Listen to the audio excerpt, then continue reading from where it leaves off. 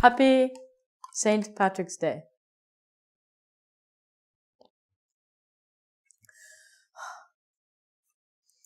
This is a beer.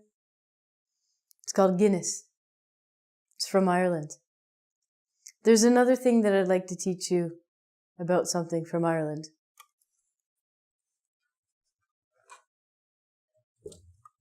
It's called St. Patrick's Day. It happens every March 17th. This year is 2014. On March 17th, 2014, there's going to be a lot of drinking. There's going to be a lot of parties. There's going to be a lot of parades and festivals. Why? Okay. Why is Ronnie wearing green again? Why is she wearing a green wig? Why is she wearing a green shirt? Why does her shirt say feck?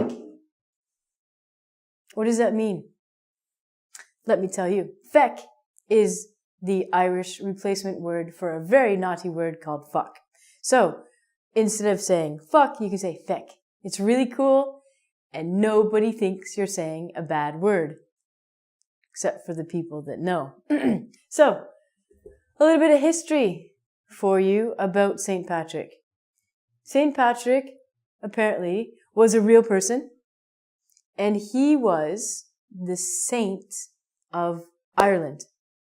Now, the funny thing is that we don't know exactly when he was born. There's a lot of historical errors about his life. What I have read, some rumors. For sure, he is the Saint of Ireland. Now, this is how you spell Ireland in Irish Gaelic. I cannot say it properly. I think it sounds like Asia. I do not speak Irish Gaelic. I do apologize. But this is how they spell Ireland in Ireland. This is the name of it. So, St. Patrick is the patron saint of Ireland. March 17th, funnily enough, represents the day of his death. So, we are not 100% sure when the guy was born, but apparently they know he died March 17th. I don't know the year. It's not important. What is really important about St. Patrick and St. Patrick's Day, especially St. Patrick, is he marks the beginning of Christianity in Ireland. Now, Christianity is a kind of religion. There are two main parts of Christianity, Catholic and Protestant.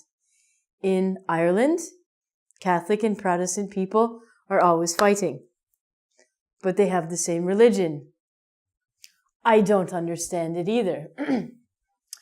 So, in Northern Ireland and Ireland, or the southern part of Ireland, Newfoundland, which is in Canada, and Labrador, a province in Canada, and also in the tiny Caribbean island of Montserrat, we celebrate St. Patrick's Day, and it's a public holiday. That means you don't have to go to work, and you can spend all day partying and drinking and wearing green.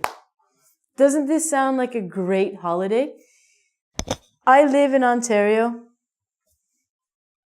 Unfortunately, St. Patrick's Day is not a public holiday. I have to go to work. Unless it's a weekend. What do we do on St. Patrick's Day? We drink.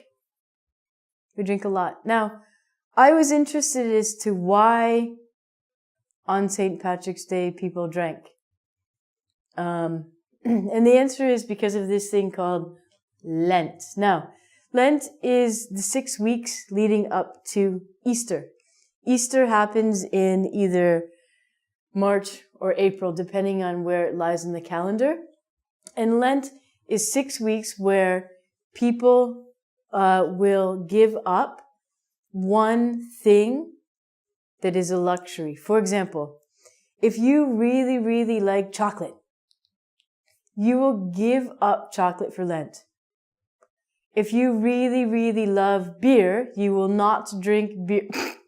Yeah, right. You will not drink beer for 6 weeks. Not gonna happen. St. Patrick's Day happens to fall smack dab in the middle of Lent. So for one day, you can drink, eat, feast, party as much as you want, and we're not going to tell anyone. So the reason why people drink so much only on March 17th is it's because the one day during Lent, the restrictions or the rules have been banished, which means you can do whatever you want. In your city, in your country, do you have a St. Patrick's Day celebration? When I was living in Japan, in Tokyo, I went to the St. Patrick's Day parade. I drank a lot of beer on the street. It was great. Some people wear a lot of green. Some people don't wear green. You do not have to wear green. You can wear whatever you want. One interesting, ironic thing that I think about St. Patrick himself, if history is correct, is that he was not even born in Ireland. He was born in Roman England, I think known today as Wales. He's not even Irish. He was born in Wales. Now, how did he get to Ireland? What happened there? The legend has it that St. Patrick was captured by Irish pirates, and he was taken as a slave to Ireland. Whilst in Ireland as a slave, he had a vision from God that he would be a really cool guy and make us drink on St. Patrick's Day.